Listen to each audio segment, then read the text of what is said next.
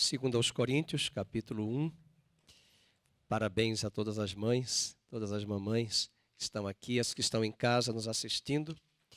Paulo não era mulher, ele era homem, mas ele se considerava uma mãe, a mãe da igreja de Corinto.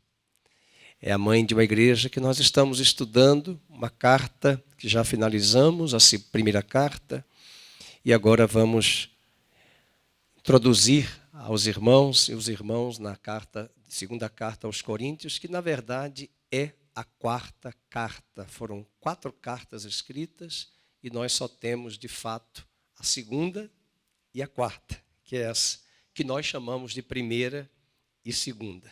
Então são 4 cartas escritas e nós vamos ler a partir do capítulo 1 do segundo livro, da segunda carta, verso 12. Porque a nossa glória é esta, o testemunho da nossa consciência de que com santidade e sinceridade de Deus, não com sabedoria humana, mas na graça divina, temos vivido no mundo e mais especialmente para convosco. Porque nenhuma outra coisa vos escrevemos, além das que ledes e bem compreendeis, e espero que o compreendereis de todo. Como também já em parte nos compreendestes, que somos a vossa glória, como igualmente sois a nossa no dia de Jesus nosso Senhor. Com esta confiança, eu resolvi ir primeiro encontrar-me convosco, para que tivesses um segundo benefício, e por vosso intermédio passar a Macedônia, e da Macedônia voltar a encontrar-me convosco, e ser encaminhado por vós para a Judeia. Ora, determinando isto, eu terei porventura agido com vocês com leviandade? Ou, ao deliberar, acaso delibero segundo a carne, de sorte que haja em mim simultaneamente o sim e o não? Antes, como Deus é fiel, a nossa palavra para convosco não é sim e não. Porque o Filho de Deus, Cristo Jesus, que foi por nosso intermédio anunciado entre vós, isto é, por mim e Silvano e Timóteo, não foi sim e não, mas sempre nele, em Jesus, houve o sim. Porque quantas são as promessas de Deus, tantas tem nele o sim, porquanto também por ele é o amém, para a glória de Deus por nosso intermédio. Mas aquele que nos confirma convosco em Cristo e nos ungiu é Deus, que também nos selou e nos deu o penhor do Espírito em nosso coração. Eu, porém, por minha vida, tomo a Deus por testemunha de que para vos poupar, não tornei ainda a Corinto. Não que tenhamos domínio sobre a vossa fé, mas porque somos cooperadores da vossa alegria, porquanto pela fé já estáis firmados.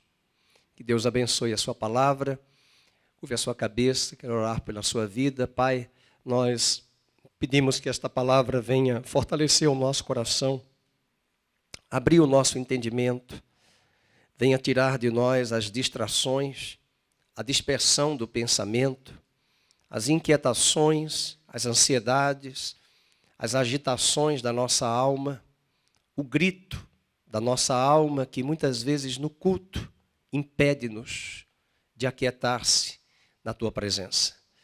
Por isso nós oramos e dizemos para a nossa alma, porque tu estás abatida, alegra-te, porque tu ainda louvarás ao Senhor. Por isso fortalece a cada vida que está nos assistindo agora ao vivo, os que estão aqui presentes. Lembramos da irmã Fátima, lembramos da irmã Alessandra, lembramos da irmã Natasha, para que aonde elas estiverem também sejam curadas. Lembramos da Priscila, a nora da irmã Luzia, como mãe, limitada naquela cama, limitada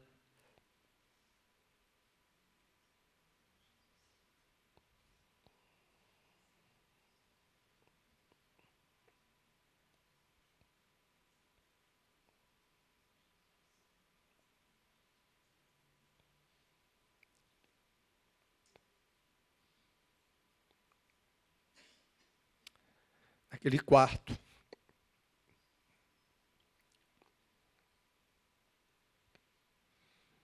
Para que o Senhor possa fazer um milagre naquela família.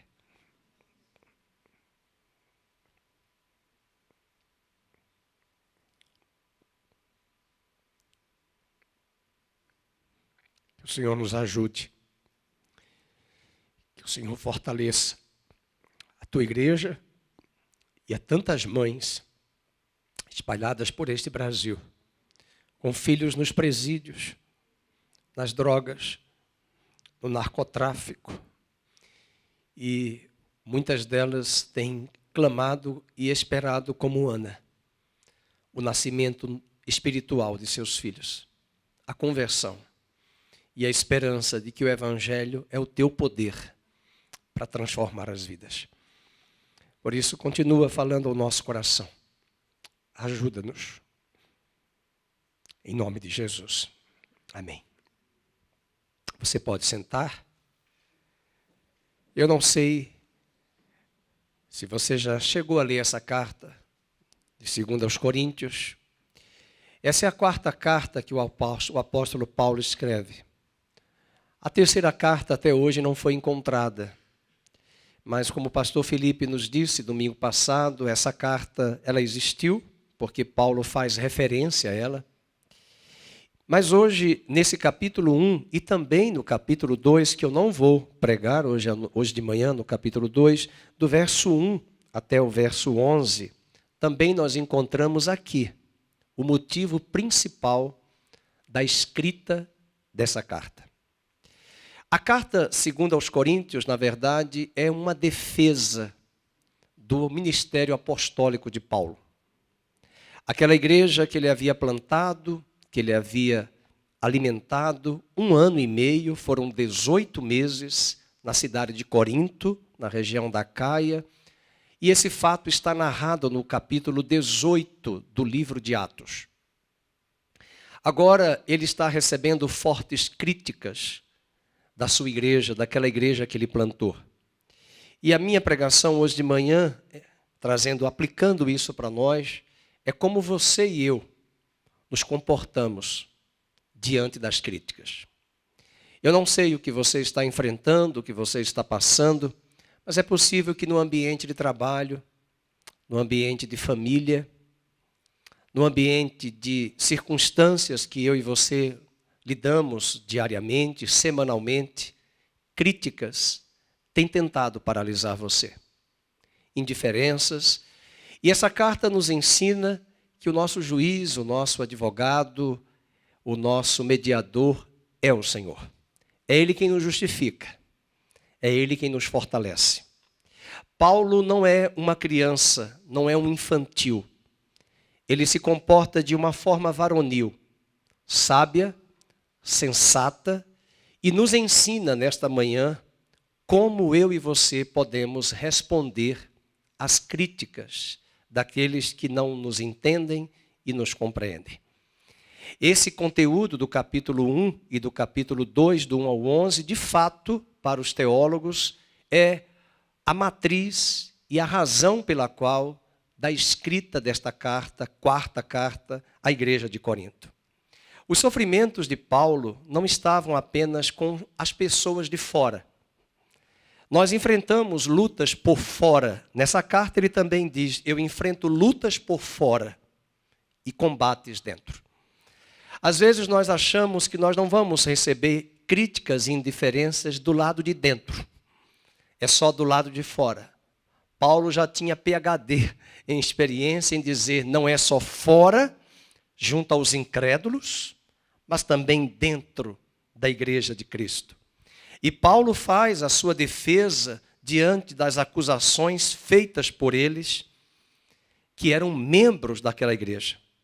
Acusaram Paulo de não ter integridade de caráter. Acusaram Paulo de ter sido alguém inconstante, de altos e baixos, quase que bipolar. Puseram em dúvida as suas reais motivações ministeriais. Lançaram sobre ele pesos levianos de acusações, denegrindo a sua pessoa e o seu próprio ministério. Eram mal entendidos entre cristãos e cá entre nós. Isso causa feridas. E feridas profundas, que até hoje circulam em muitos desigrejados e em muitos crentes espalhados pelas igrejas de Cristo.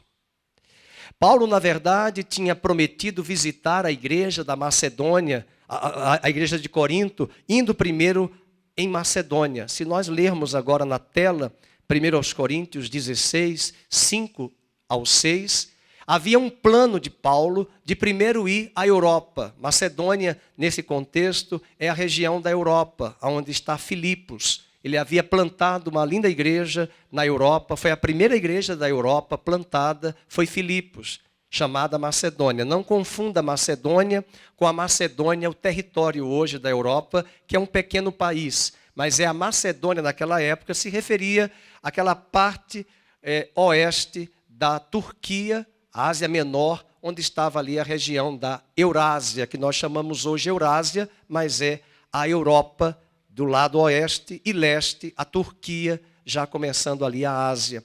Ele queria ir para a Macedônia, mas muitas vezes por causa de feridas, de críticas, ele entendeu que ele deveria viajar antecipadamente, muda os planos, vai a Corinto, trata de uma forma tal aquela situação, volta e depois recebe notícias de Tito, que traz uma carta contendo um relatório desagradável. E ele escreve uma terceira carta, que nós não encontramos, essa carta não temos, dizendo que ele estava muito desapontado. E o conteúdo da terceira carta, se essa, que é a quarta, é forte, imaginemos o conteúdo da terceira. E ele escreve uma terceira e Tito traz notícias do feedback desta carta para Paulo. E ele escreve esta carta depois de ter ido a Corinto, mais uma vez.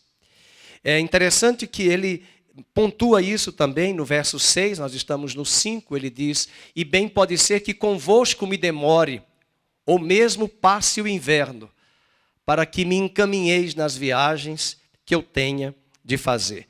Isso mostra que ele mudou de planos. Isso mostra que às vezes eu e você, por causa de situações de feridas, de cicatrizes, de desavenças, mudamos de planos. É triste quando olhamos pessoas que mudam de planos, mudam de empresas, mudam de igrejas, mudam de regiões, de uma cidade, por situações que foram tecidas pela sua própria natureza, pelo seu próprio erro e também por erro de terceiros. Mas de antemão eu antecipo o final da mensagem. A graça de Deus está aqui disponível para nos tratar e para nos curar. A sua viagem ao Corinto não alcançou os resultados esperados. Quantas vezes você e eu já mudamos de planos, nos dirigimos àquela situação difícil e ao invés de melhorar, agravou-se mais ainda. E Paulo precisou sair de Corinto, enviar Tito, veja o capítulo 2, versículo 4, capítulo 2, verso 4, ele vai mandar Tito, porque no meio de muitos sofrimentos e angústias de coração, eu vos escrevi com muitas lágrimas, não para que ficasseis entristecidos, mas para que conhecesses o amor que vos consagro em grande medida. E o capítulo 7, versículo 8, também nos diz, quando Tito chegou, trazendo notícias da terceira carta, o verso 8 diz: porque ainda que vos tenha contristado com a carta. Ele mandou uma carta dura. É que hoje a gente não escreve mais carta, né, irmãos? Nós mandamos o WhatsApp. E eu quero lembrá-lo e lembrá-la que tenha muito cuidado com o que você escreve e o que você fala. Tem situações e pessoas que nós não podemos falar no áudio. E tem certas escritas que às vezes a forma de escrever foi tão formal que dá a impressão do outro lado que você está com quentes e um fervendo. Portanto, cuidado na forma de falar, na forma de escrever. Às vezes é necessário falar. Às vezes é necessário, melhor ainda, falar pessoalmente.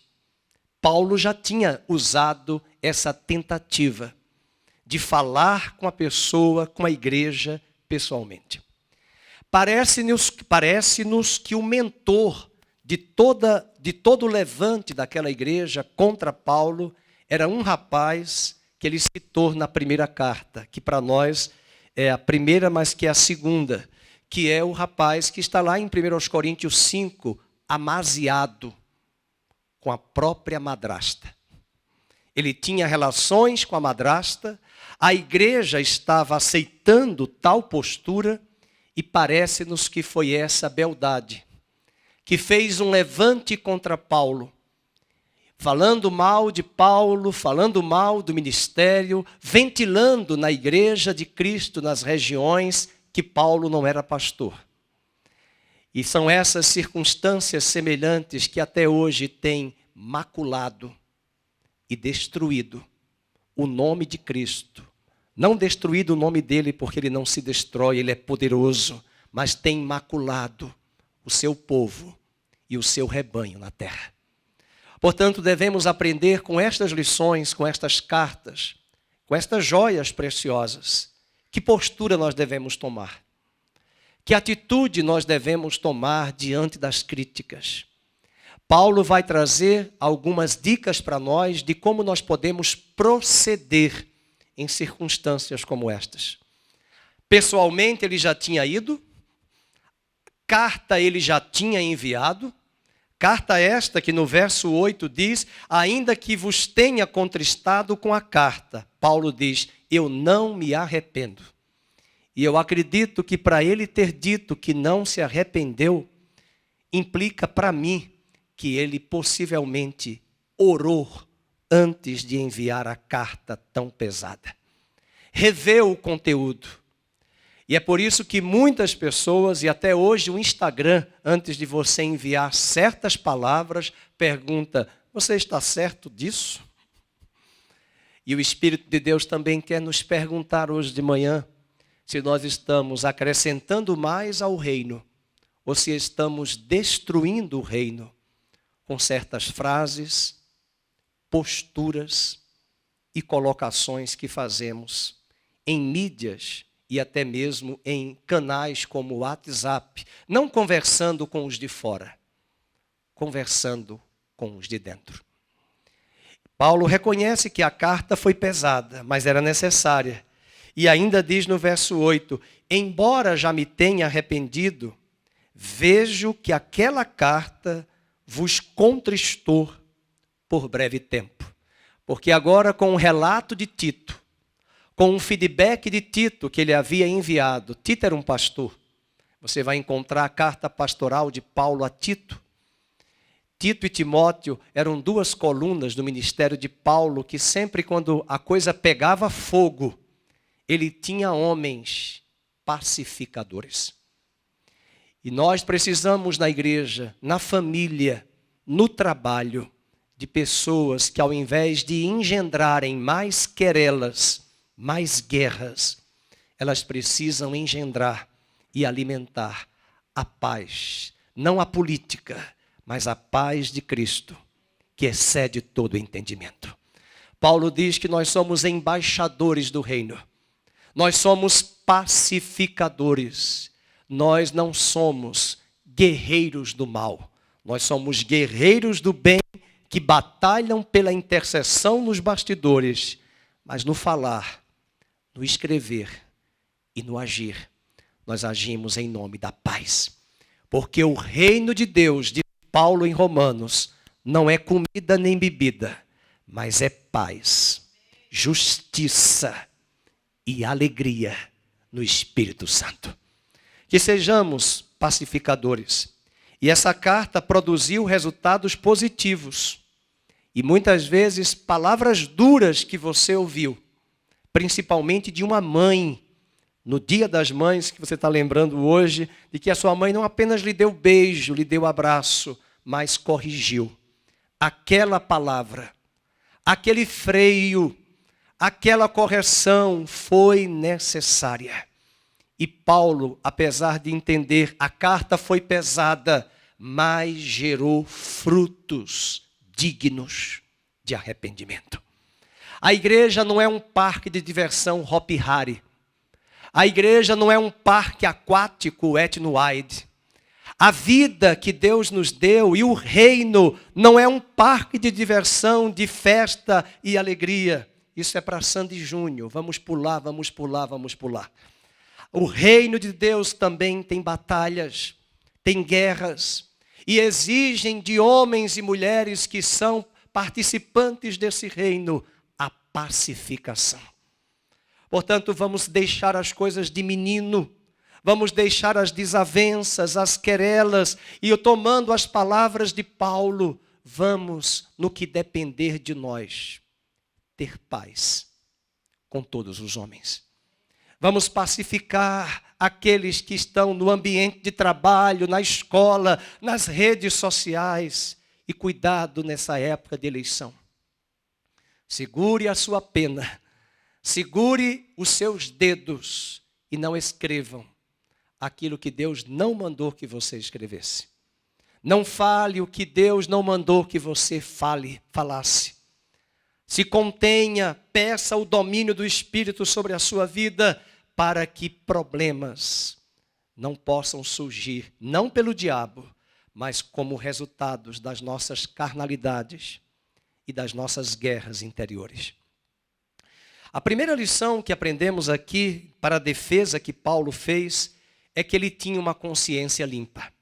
Veja o verso 12 e 14 do capítulo 1. Vamos buscar algumas lições para nós nos defendermos das críticas. A consciência, ele diz no verso 12, porque a nossa glória é esta, o testemunho da nossa consciência. Marque a palavra consciência. A glória de Paulo não estava na posição que ele ocupava, mas na qualidade da vida que ele vivia. Ele não dependia de elogios humanos e ele não se desanimava com as críticas dirigidas a ele. Não deixe que a segunda-feira de manhã comece desanimando você por um e-mail negativo, por uma mensagem dura, sagaz, usada pelo Deus deste século para paralisar e desanimar você na primeira semana do ano, do mês e no primeiro dia da semana. Paulo não deixava desanimar-se com as críticas, porque o juiz da sua consciência era Deus e não os homens. E a palavra que ele usa em grego é a palavra elikrineia, que quer dizer que é julgado pelo sol.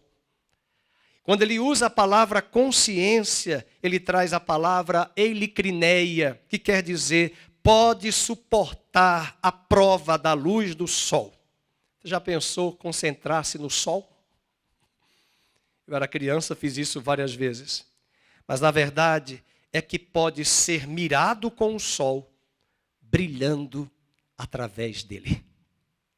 Paulo estava de uma forma transparente, com luz, com claridade, não tinha nenhum beco escondido, sua consciência estava limpa diante do que ele escreveu, diante do que ele fez naquela igreja ingrata.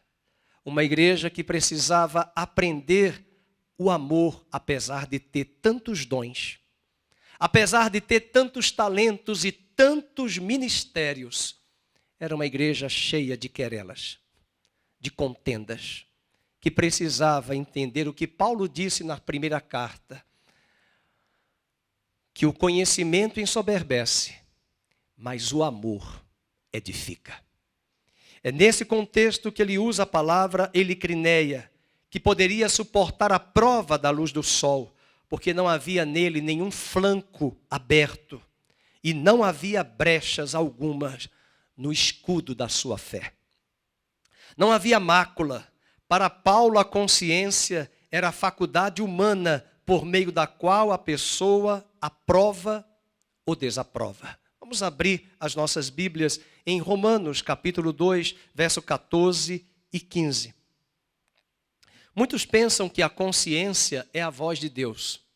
Mas, na verdade, a consciência para Paulo é essa percepção e sensibilidade que nós devemos ter quando fazemos alguma coisa errada ou quando fazemos alguma coisa certa. Se a igreja se comporta levianamente, ela deveria lembrar que até Paulo disse em Romanos que os pagãos, mesmo não conhecendo a Deus, têm uma consciência que aprova e reprova. Se para Paulo os pagãos tinham essa consciência, por que uma igreja que tem tanto de Deus não tem essa sensibilidade?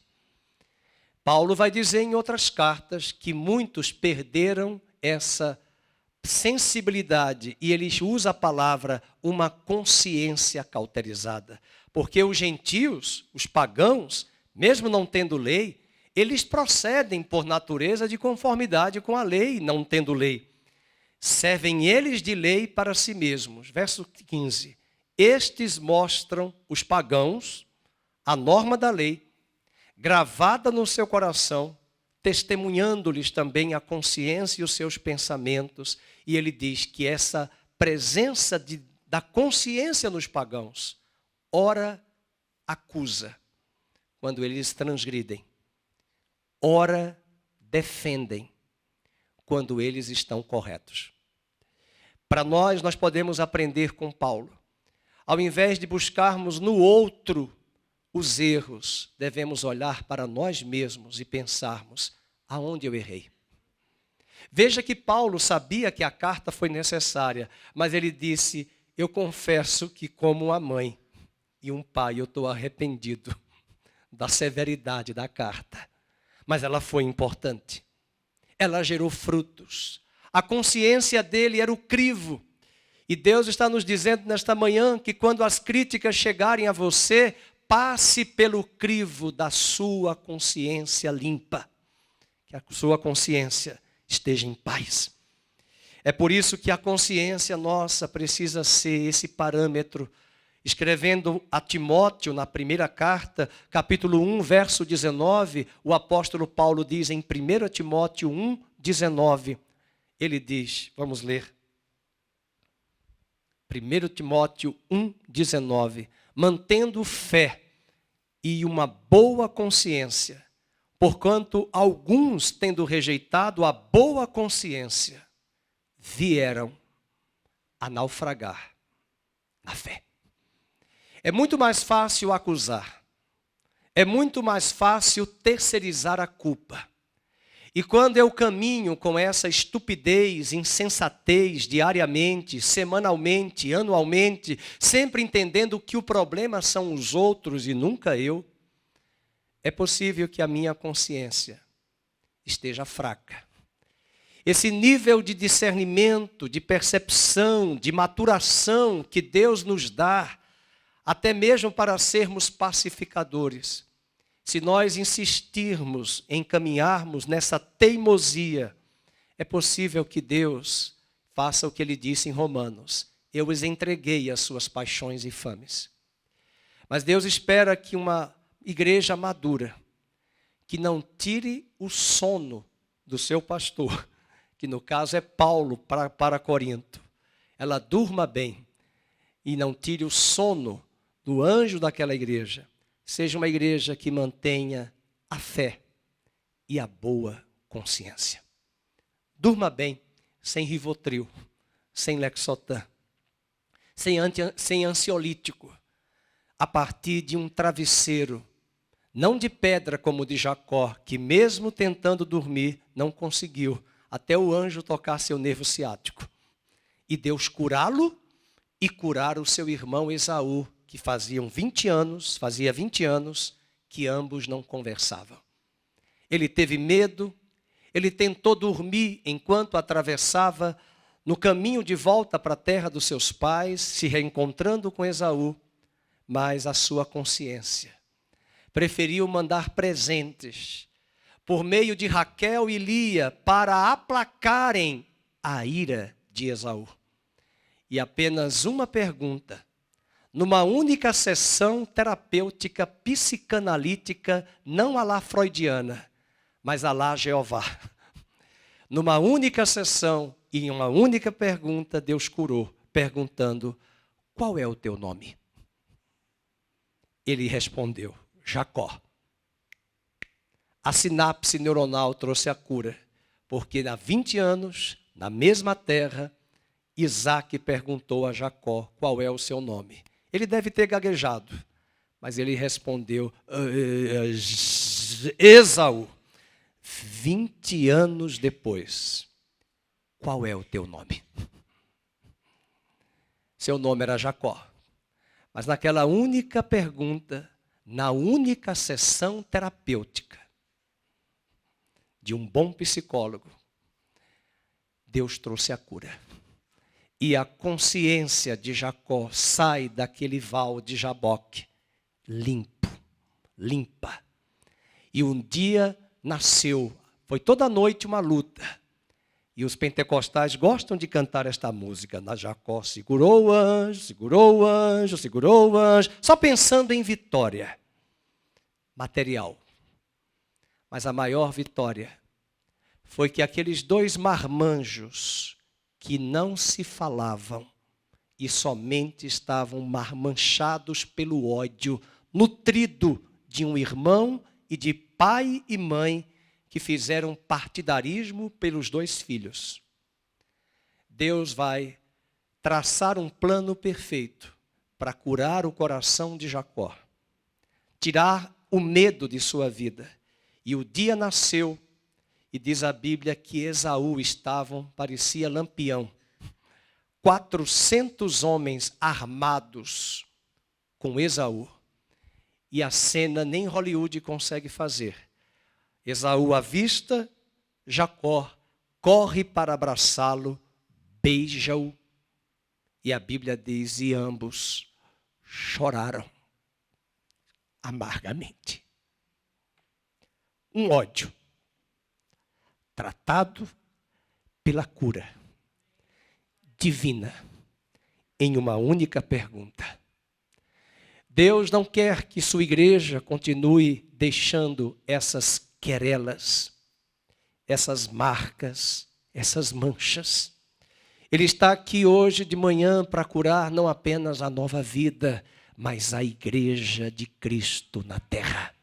Curar pastores feridos, curar ovelhas feridas, curar desigrejados, pessoas que se auto-excluíram do rebanho e algumas delas porque não quiseram a cura pelo confronto do cajado de Cristo sobre suas vidas. É nesse sentido que Paulo está dizendo, eu trago a consciência limpa. Segunda lição que aprendemos é que, apesar de todos os ataques, Paulo nutriu um coração amoroso. Não foi um coração vingativo. Ele mesmo falou aquilo que Renato Russo cantou aqui no Brasil, na década de 80, Coríntios 13. Ele está falando da excelência do dom supremo que é o amor. O amor que tudo suporta, que tudo crê, que tudo espera, que não se vangloria, que cede, que abre mão. Um amor que não se exaspera. E Paulo vai falar desse coração amoroso no capítulo 1, versículo de número 15 ao 20. Com esta confiança, eu resolvi encontrar-me primeiro convosco. Ele não terceirizou. Sabe quantos dias, sabe o que Rebeca falou para Jacó? Vai morar na casa do teu tio Labão, daqui a alguns dias você volta. O tempo não curou, o tempo não resolveu. Dias se tornaram 20 anos. 20 anos, o ódio aumentou, de Esaú para com Jacó. O que faltou foi a presença. E Paulo tinha planos de ir para Macedônia, para depois ir para Corinto. Ele disse, homem, sabe de uma coisa? Eu vou arrumar a mala e vou para Corinto agora. Eu não vou postergar uma conversa. Eu não vou postergar um tempo que eu já deveria ter tomado esse tempo. Vai ser agora, right now, nesse exato momento. E ele vai confrontar em amor. E ele diz uma palavra muito bonita que nós não percebemos, como que tivesseis um segundo benefício. E João Calvino diz que esse segundo benefício, talvez ele quisesse dizer a minha presença de novo com vocês, porque o primeiro benefício foi quando eu estive aí com vocês plantando a igreja. Eu pastoreei vocês, eu estive com vocês lá em Atos 18, você pode ver isso em Atos 18, eu não vou abrir o texto agora, no versículo, acho que 1 em diante, ele está ali em Corinto, beneficiando aquela igreja, alimentando aquele rebanho, e ele diz, eu quero encontrar com vocês. Versículo 16, por esse intermédio vou passar a Macedônia, e da Macedônia voltar a encontrar-me convosco, e ser encaminhado por vós para a Judeia. Ora, determinando isto, terei porventura agido com leviandade? Ou ao deliberar acaso delibero segundo a carne, de sorte que haja em mim simultaneamente o sim e o não? Antes, como Deus é fiel, a nossa palavra para convosco não é sim e não. Ele está refutando porque chamaram ele de ser uma pessoa inconstante. Ele disse, eu aprendi com Cristo que sim é sim, não é não, eu não fico em cima do muro, eu não sou inconstante, eu vou chegar aí e eu vou mostrar para você que o meu sim é sim, o meu não é não. Um coração amoroso, as acusações eram de que ele tinha ignorado a vontade de Deus, veja o verso 17, ou ao deliberar acaso, delibero segundo a carne, de sorte que haja em mim simultaneamente o sim e o não. Depois ele diz, e da sabedoria humana, verso 12, acho que coloquei o 17, mas é o verso 12 aqui que ele diz, pois a nossa glória é esta, o testemunho da nossa consciência, de que com santidade e sinceridade de Deus, não com sabedoria humana. Acusavam Paulo de que ele era muito intelectual, de que Paulo não tinha amor, que ele era quase como que um estoico, que só pensava na letra, que só pensava na reflexão, mas que não tinha ação pastoral. Acusaram Paulo também de que ele estava ignorando a vontade de Deus. No versículo 12 ele diz, mas na graça divina temos vivido no mundo e mais especialmente para convosco, porque nenhuma outra coisa vos escrevemos, além das que ledes e bem compreendeis, e espero que o compreendereis de todo. E quando ele falou dos planos da Macedônia e de ir para Corinto, é por conta disso que eles estão acusando ele de ignorar a vontade do Senhor. E Paulo resolve isso, antecipando a sua viagem, e ele fala desse benefício espiritual. E é interessante que ele evoca, na verdade, 3 exemplos de Deus, de ação de Deus, para mostrar que ele tinha um coração amoroso. Primeiro é o verso 18, a fidelidade de Deus. Primeiro, nesse subtópico, nesse tópico do amor. Na verdade, não é um terceiro ponto, mas é um primeiro ponto do segundo, que é o amor. Ele invoca a fidelidade de Deus. Verso 18, acompanhem comigo. Antes, como Deus é fiel, a nossa palavra para convosco não é sim e não. E ao usar essa palavra, ele está dizendo mais ou menos o seguinte: Deus não é inconstante. E eu fiquei aos pés de Cristo. Eu não sou inconstante, eu sou fiel. Comigo o sim é sim, o não é não. Segundo ponto que ele evoca é a pessoa de Cristo. Veja o verso de número 19. Porque o Filho de Deus, Cristo Jesus, que foi por nosso intermédio anunciado entre vós, isto é, por mim, Silvano e Timóteo, leiam o restante, não foi sim e não, mas sempre nele houve o sim. Ele está dizendo o seguinte: vocês estão me dizendo que eu sou inconstante, mas o meu Senhor Cristo é constante. O sim é sim, o não é não. E ainda ele evoca algo que nós podemos clamar hoje de manhã a Deus: as promessas de Deus. Veja o capítulo 1, verso 20. Se a irmã quiser Eu recomendo até pedir a pastora Amado para ajudar a mudar de lugar, porque às vezes o ar está por aí circulando, acho que vale a pena ficar por aqui também, para tentar ajudar, tá bom? Ok. O capítulo 1, verso 20. Porque quantas são as promessas de Deus, tantas tem nele o sim, porquanto também por ele é o amém, para a glória de Deus, por nosso intermédio. Sabe o que é que Paulo está querendo dizer? Eu plantei essa igreja, porque essa igreja foi uma promessa de Deus para o meu ministério. A minha consciência está limpa, o meu coração pastoral, amoroso, entendeu que eu plantei essa igreja, e ainda que vocês não retornem para mim em amor na mesma medida, eu continuo amando vocês, disse Paulo, porque Deus prometeu e Ele é fiel, e essa igreja foi plantada para a glória dEle. O que você tem feito quando as críticas chegam a você? Resgate hoje de manhã esses 3 elementos que Paulo evocou: a fidelidade de Deus, a constância de Cristo e as promessas de Deus para a sua vida. Seja constante. Permaneça firme quando você for criticado no ambiente de trabalho.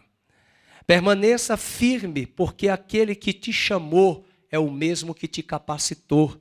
E o que te capacitou é o que te enviou. E o que te enviou é o que te sustenta e suprirá todas as áreas da sua vida. E invoque hoje de manhã a fidelidade, a constância. E não sejamos meninos arrastados, mas sejamos constantes e firmes, porque a recompensa virá do Senhor para nós, depois de passarmos por todo esse temporal de críticas e apedrejamento. Talvez você entenda hoje, quando Deus te colocou ali naquela posição de liderança. Muitos querem a posição. Eu falo muito isso para as pessoas que buscam posições em qualquer lugar, não só na igreja.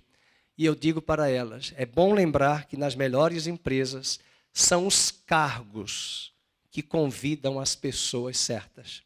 Não são as pessoas que buscam os cargos. Porque depois que você chega lá, é um desafio. Até se diz por aí que o poder, né, nos dá o quê? O poder é terrível e o poder nos isola. Porque no momento que você se coloca numa posição de poder, muitas vezes você precisa estar sozinho. Para tomar decisões, você precisa refletir, pensar. E é necessário, muitas vezes, entender que o poder não fala. Mas que eu e você precisamos, sim, estarmos seguros e cônscios da posição que Deus nos deu. E muitas vezes o outro que está ali vai criticar, não entende. Mas nós precisamos estar seguros de que isso é uma ação divina. E aí vem o terceiro ponto, uma ação divina. Paulo invoca essa ação divina de Deus sobre a vida dele. O verso 21 ao 24, ele diz assim: mas aquele que nos confirma convosco em Cristo e nos ungiu é Deus, que também nos selou e nos deu o penhor do Espírito em nosso coração. O que Paulo está querendo dizer com isso? Vamos lembrar, ele está se defendendo das críticas. Qual foi o primeiro argumento que ele usou? Vamos lembrar? Ele trouxe uma consciência limpa, um coração amoroso e agora uma ação divina. Ele deixou Deus agir. E ele usa 4 elementos que eu quero que você marque nesse texto. O primeiro é a palavra bebaion. Me corrija depois o pastor Felipe, a palavra em grego, né? Bebaion, que é a palavra confirmar, que é um termo que significa de um relacionamento legal, indestrutível. Veja o que ele diz no verso 21. Mas aquele que nos confirma convosco em Cristo e nos ungiu, ele usa também o verbo ungir, que é outra palavra grega, um verbo crio, que é um rito de uma liturgia de comissionamento. Ele está querendo dizer, eu estou tranquilo na minha ação, porque o que eu estou fazendo, o que Deus pediu para que eu fizesse, é um ato legal indestrutível. É interessante que essa palavra bebaion, que é a palavra grega que ele coloca aí para confirmar, era um ato comercial. Quando você tinha um contrato feito, era garantia de um cumprimento que você cumpriria aquilo que você assumiu. E, na verdade, ele quer dizer que o Espírito Santo é o selo que garante a nós que Deus é confiável e cumprirá todas as suas promessas. Aquele que nos confirma. Quem sabe hoje de manhã, você que está em casa, você que está aqui nos assistindo, você precisa lembrar hoje à noite que Deus está confirmando o chamado, a unção dele sobre a sua vida. Ele usa a palavra, isso aqui é um contrato, é como um contrato comercial indestrutível. É a garantia de que o cumprimento será feito, assumido no contrato. A segunda palavra, que é o verbo, ele usa aquele que nos ungiu. Está no verbo ungir, crio. Ele só usa esse texto em 4 passagens do Novo Testamento. Hebreus 1:9, Lucas 4:18, Atos 4:27, e eu gosto muito de Atos 10:38, quando ele diz assim, porque Deus ungiu a Jesus de Nazaré. Estão vendo que Deus ungiu a Jesus homem? Para pregar o evangelho, libertar as pessoas, Deus ungiu a Jesus de Nazaré. Você precisa estar muito convicto e convicta de que Deus te ungiu. Foi Deus quem te enviou. E são estes elementos que nos asseguram. Eu não estou falando, irmãos, de unção para a igreja. Eu estou crendo que Deus, eu sempre aprendi isso ainda na igreja romana, que a sua profissão, o seu trabalho é vocação de Deus. Você é médico, seja o melhor, porque Deus te ungiu. Você é advogado, porque Deus te ungiu. Você é professor, você é faxineiro, faxineira, faça o melhor para Deus, servindo aos homens. Deus te ungiu e ele usa a palavra para apontar esse comissionamento que no Novo Testamento era dado aos apóstolos, no Velho Testamento aos reis, aos sacerdotes e aos profetas. Mas veja que curiosidade, vamos abrir em 1 de João capítulo 2, verso 20 e 27. É lindo esse versículo, a primeira carta, vamos ler todos, quero ouvir a igreja ouvindo, falando em voz alta, e vós possuís unção que vem do santo e todos tendes conhecimento. Olha aí, olha para o seu irmão e você tem essa unção aí. Deus te comissionou.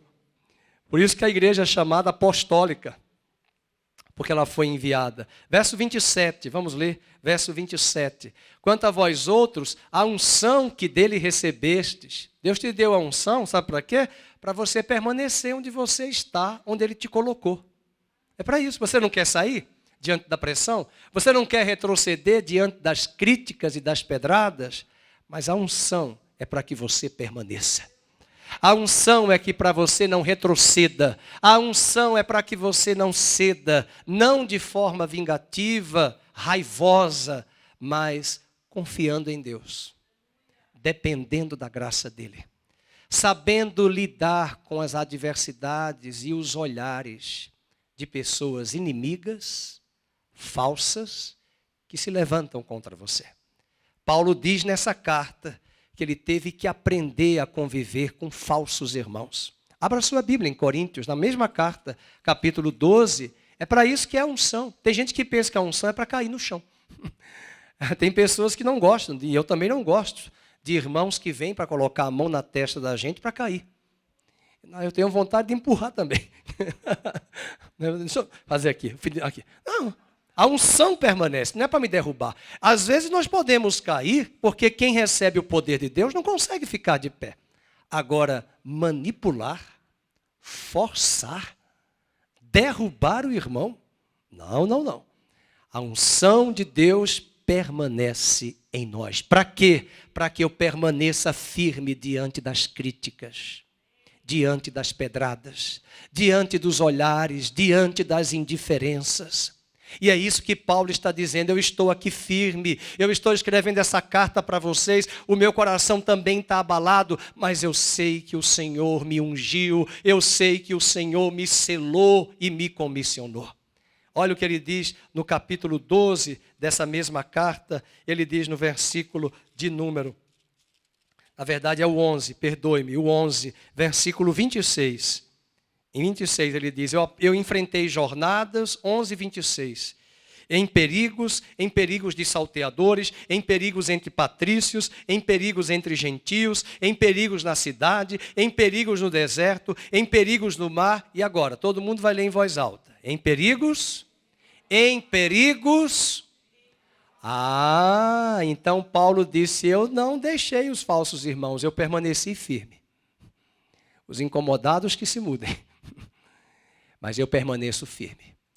Porque o que é que o inimigo quer? Que a pedrada, o ataque, a palavra, leve você a sair da posição onde você está. Ele quer que você saia, ele quer que você retroceda para que o reino de Deus não avance. Mas se a sua consciência está limpa, se o seu coração está cheio de amor, amoroso, Paulo lembra você e a mim hoje de manhã que uma ação divina de Deus, uma ação divina sobre as nossas vidas, nos faz lembrar que Ele nos comissionou, que Ele nos confirmou, nos ungiu, e agora Ele usa a palavra espragizo em grego, que é nos selou, que é um termo usado em documentos comerciais. Veja o capítulo 1, verso 22. Capítulo 1, verso de número 22, o apóstolo Paulo diz que também nos selou. Alô? Que também nos selou e nos deu o penhor do Espírito Santo. Esse selo era muito usado nas cartas, nos livros, né? Nos rolos. Naquela época não tinha livro como nós temos dessa forma, mas eram os pergaminhos selados para dizer isso aqui tem dono. Então você e eu fomos selados e Deus está dizendo, fica tranquilo porque você é propriedade minha. Esses selos eram colocados nas cartas, é por isso que até no direito você não pode abrir cartas de terceiros. Porque o remetente enviou para o destinatário, está selado com uma empresa estatal dos Correios. Só o destinatário pode abrir ou devolver para o correio. E como a carta é você, é por isso que nessa carta ele vai dizer depois, vocês são as cartas lidas de Cristo. E essas cartas seladas do Império Romano da época são propriedades de Deus. Aleluia. Portanto, você está querendo ceder e Deus está lembrando a você hoje de manhã, você é selada, você é selado.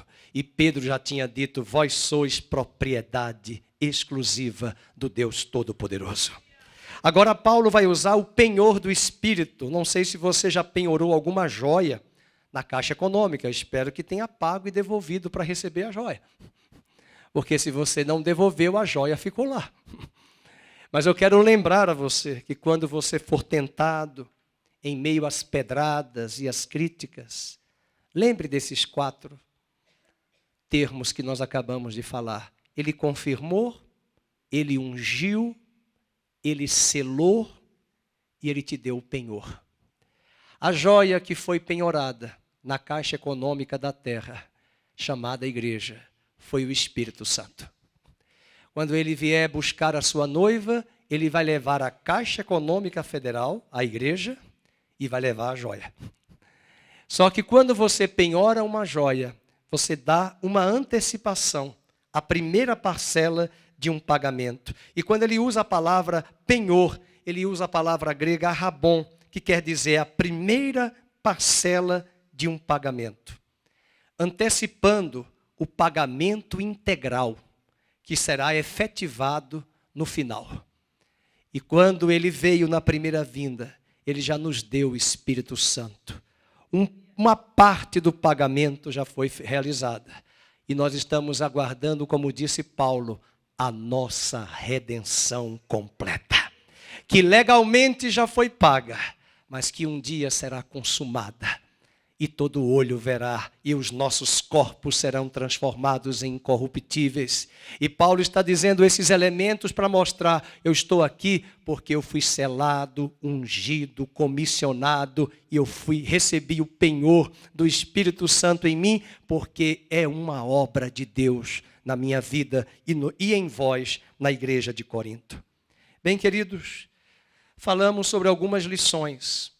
uma consciência limpa, um coração amoroso, uma ação divina legitimando.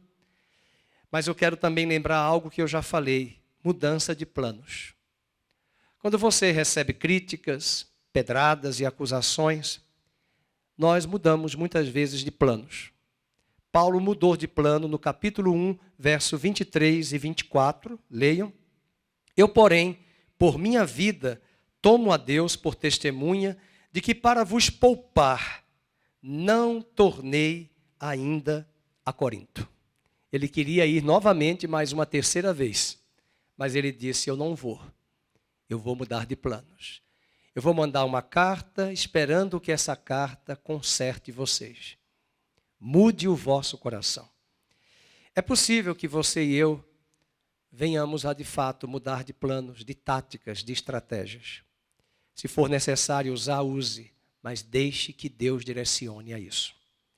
A quinta ação que aprendemos, que ouviremos depois no estudo com o pastor Felipe, é a disciplina necessária no capítulo 2, versos 5 e 6. Ele entendeu que era necessário uma disciplina, uma punição sobre aquele levante. Verso 6 do capítulo 2. Basta-lhe a punição pela maioria. Verso 5. Se alguém causou tristeza, não o fez apenas a mim, mas para que eu não seja demasiadamente áspero, digo que em parte a todos vós. A disciplina muitas vezes também será uma lição necessária a ser praticada.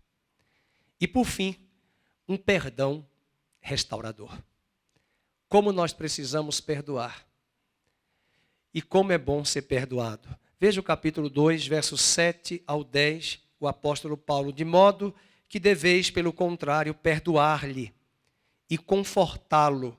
Alguns acreditam que ele esteja se referindo àquele rapaz que estava amaziado com a madrasta, para que não seja o mesmo consumido por excessiva tristeza. Pelo que vos rogo que confirmeis para com ele o vosso amor. E foi por isso também que vos escrevi, para ter prova de que em tudo sois obedientes. Leiamos o 10 em voz alta. A quem perdoais alguma coisa, também eu perdoo. Porque de fato o que tenho perdoado, se alguma coisa tenho perdoado, por causa de vós, olha que lindo, o fiz na presença de Cristo. A pergunta de Deus hoje para nós, nessa manhã, é de que maneira nós temos nos comportado diante das críticas. Como você tem agido? Como eu tenho agido? Não se esqueça que em qualquer posição que estamos, receberemos críticas. Às vezes, quem critica não sabe o que está acontecendo nos bastidores. Tenha muito cuidado com o ambiente de fofocas, de pessoas na igreja. O meu sogro dizia que quem tudo quer saber, mexerico quer fazer. Às vezes eu vejo pessoas que querem dar o verde para colher maduro, esperando obter alguma informação sobre a vida de determinada pessoa. E a pessoa diz assim: mas o senhor viu que ela está em adultério? Eu digo: vi, eu já sei. Só que se eu lhe contar os detalhes, a irmã desmaia aí, cai e vai para o caixão. Porque às vezes a pessoa, ela está olhando o problema. Pastor, houve um adultério. Eu digo: pois é, você não sabe da missa um texto. Mas eu não vou te contar. Porque é de gabinete pastoral. E às vezes vem para querer saber os detalhes. Aí eu falei: irmã, isso já está resolvido. Isso não é da alçada de nenhum outro irmão. É do pastor, a pessoa confidenciou a mim. É um assunto delicado, é um assunto grave. Às vezes envolve pedofilia, às vezes envolve outras situações. Estou usando aqui exemplos. Às vezes eu vejo advogados que agem com mais excelência do que certos pastores. Eu já ouvi casos de um restaurante de uma pessoa que me contou coisas sobre maconha, cocaína, crack que ele fumava, e eu continuei almoçando. Muito bem. E ele falou: você não está assustado? Eu digo: não, eu estou assustado com a graça. Que aonde abundou o pecado, vai superabundar a graça na sua vida. Ele achava que eu ia cair da cadeira. Enquanto ele contava as coisas: isso, mas eu fiz isso. Eu digo: muito bem, isso aí já está escrito em Gênesis 3, é o pecado. É a consequência do pecado. Mas a graça superabunda no meio da desgraça onde ela chegou. Nós ficamos só aumentando ali o problema, mas nós precisamos lembrar de tudo isso, desse coração amoroso, da nossa consciência, da ação divina, das mudanças de planos e estratégias, da disciplina necessária, que às vezes é necessária, e de um perdão restaurador. Finalizo dizendo que Deus nos ajude a curar as feridas necessárias para o bom andamento da igreja local e do corpo de Cristo na terra. Use estas lições. Leia a carta de Paulo aos Coríntios. Ele recebeu o título de que ele não era pastor, de que ele não tinha chamado pastoral, de que ele não era apóstolo. E 1001 notícias faladas acerca dele que não eram verdades. Se você perder tempo para se justificar para as pessoas, você não vai fazer a obra de Deus. Você precisa lembrar que na posição que você está, foi Deus quem te chamou, permaneça firme. Foi Deus quem te confirmou, foi Deus quem te ungiu. Lembre-se da fidelidade de Deus, da constância de Cristo e das promessas de Deus na sua vida. E o sim é dele, e o enviar é dele, e a provisão é dele, e o suporte, escape e livramento também são dele. Fiquemos de pé, vamos orar.